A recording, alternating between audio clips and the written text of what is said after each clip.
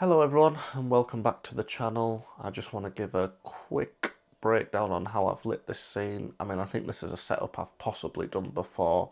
Again, it's just one light and it's fairly straightforward, fairly simple. It's certainly a good place to start in my opinion.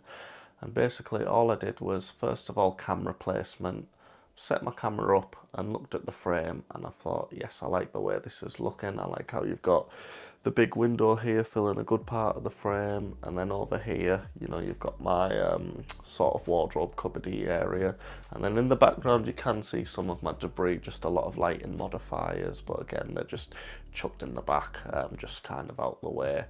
And yeah, I feel like there's enough going on in this frame. It's fairly busy. Obviously you've got your subject here in the center looking straight into the lens.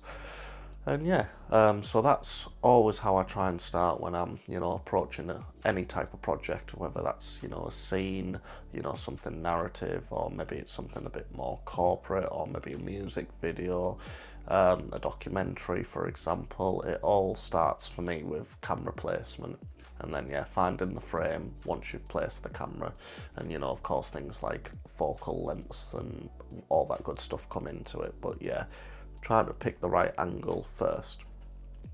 And then once that's been done, I've then moved on to exposing for what I can't control. So what I mean by that is exposing for the brightest part of the scene. So in this example, that would actually be this window here.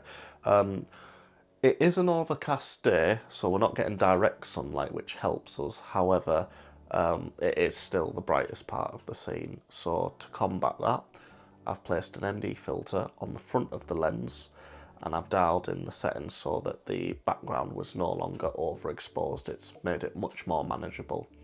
As a result of doing that, that then made the frame, like all the inside stuff, like myself, incredibly dark. That's because it's darkened down the background, but it's also darkened down the inside. It's darkened down everything. So because the inside was dark to start with, it got even darker.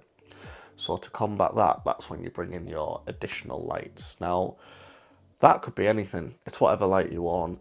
In this instance, I'm using an Amaran F22C. So that is acting as my key light up here, shining down onto my face. And I think it's got its softbox on, so it's given a nice soft, wrap around my face into the shadow side.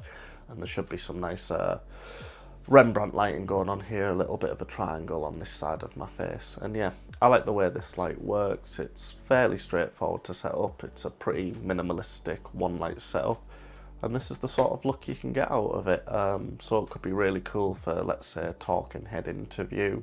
Again, you could use it to light a scene, something narrative, a music video. It's a really handy portable lightweight fixture, and I enjoy using it a lot. It is bi-coloured and it does, have full RGB, so you can get funky with it. But for the purposes of this, because I'm using daylight as my motivation, the camera's white balance is set to 5600, as is my key. So it all matches up and gives a nice pleasing image.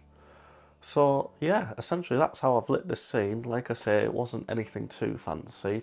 I've also started to use false colour more to try and monitor my exposure better. So from a little bit of studying of that this morning, I think my skin tone should be fairly well exposed. And yeah, using all these tools, your histogram, zebras and false colour will all help you get a nice even looking exposure, which I think I've achieved here. Lastly, I've applied a letterbox on top of this footage, so that affects the aspect ratio. So that's these black bars that you should see around about just, above and below here. The one I've gone for is 235 by 1. It's just a personal favourite of mine. I just feel like it makes your footage look a little bit different. But again, that's a creative choice. I wouldn't necessarily have these on for everything that I do. But yeah, for this little video that I've put together here, I've done that. And I believe that's everything. So essentially that's a breakdown of how I have lit, framed, exposed this scene.